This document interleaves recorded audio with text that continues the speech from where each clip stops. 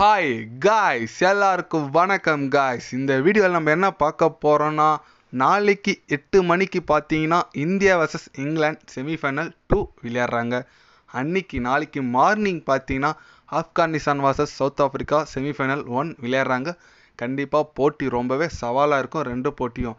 இந்த நிலையில் பார்த்தீங்கன்னா இந்திய அணியை குறித்தும் அப்புறம் முக்கியமாக ரோஹித் சர்மா குறித்தும் ஜோஃப்ரா ஆர்ச்சர் சில பல கருத்துக்கள் பேசியிருக்காரு. அவர் என்ன பேசினார், ஏது பேசினார் சொல்லிட்டு வீடியோவில் டீட்டெயில்டாக பார்க்கலாம். அதுக்கு முன்னே நீங்கள் நம்ம சேனலுக்கு புதுசாக வந்திருந்தீங்கன்னா ஒரு சப்ஸ்கிரைப் மட்டும் பண்ணிவிட்டாங்க. வீடியோக்குள்ளே போகலாம். ஜோஃப்ரா ஆர்ச்சர் அவர் என்ன சொன்னாருன்னு பார்த்தீங்கன்னா, இங்கிலாந்து அணி எங்கள் அணி பார்த்தீங்கன்னா ரொம்ப வலுவாக தான் இருக்குது. பேட்டிங் போலிங் சொல்லிட்டு நாங்கள் நல்ல ஒரு டீமாக தெரிகிறோம். கண்டிப்பாக எங்கள் அணி இந்திய அணிக்கு சவால் கொடுப்போம். அதுக்குன்னு இந்திய அணியில் பார்த்தீங்கன்னா ஃபுல் டீம் நல்ல ஃபார்மாக இருக்காங்க. எல்லாருமே கோலி பற்றி எங்களுக்கு கவலை இல்லை. அவர் எப்போ வேணால் ஃபார்முக்கு வந்துடும். அதனால் நாங்கள் அவருக்குன்னு தனியாக ஒரு பிளான் பண்ணி தான் இறங்குவோம்.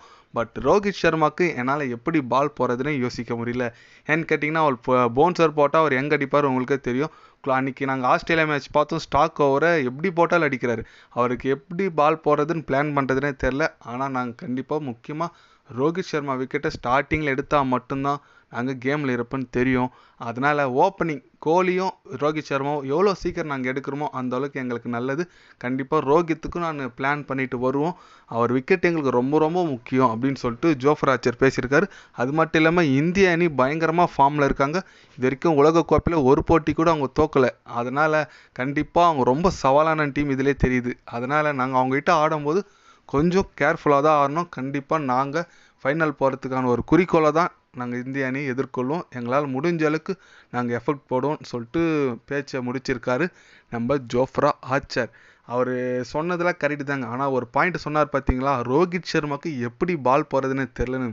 அதுதாங்க ஹிட்மேன் பேர் சும்மா வரல.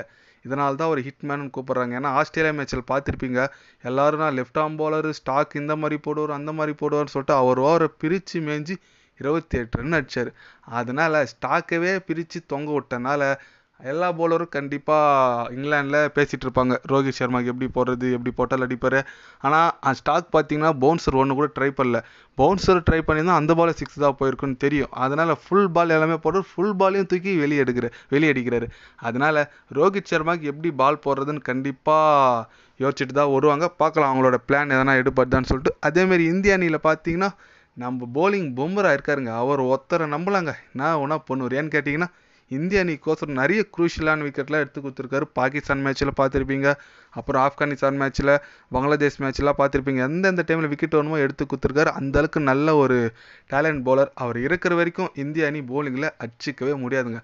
அதனால் ஜோஃப்ரா ஆர்ச்சர் ரோஹித் சர்மா பற்றி பேசிக்கிறத பற்றி நீங்கள் என்ன நினைக்கிறீங்க சொல்லிட்டு கமெண்ட் பண்ணிட்டு போங்க.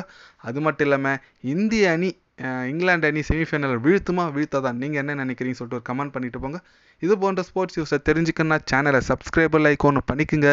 கண்டிப்பாக கிரிக்கெட் பற்றி, முக்கியமாக வேர்ல்டு கப் பற்றி டே பை டே சேனலில் அப்டேட் வரும். மறக்காமல் சப்ஸ்கிரைப் மட்டும் கொஞ்சம் பண்ணி வச்சுக்கோங்க. நன்றி, வணக்கம்.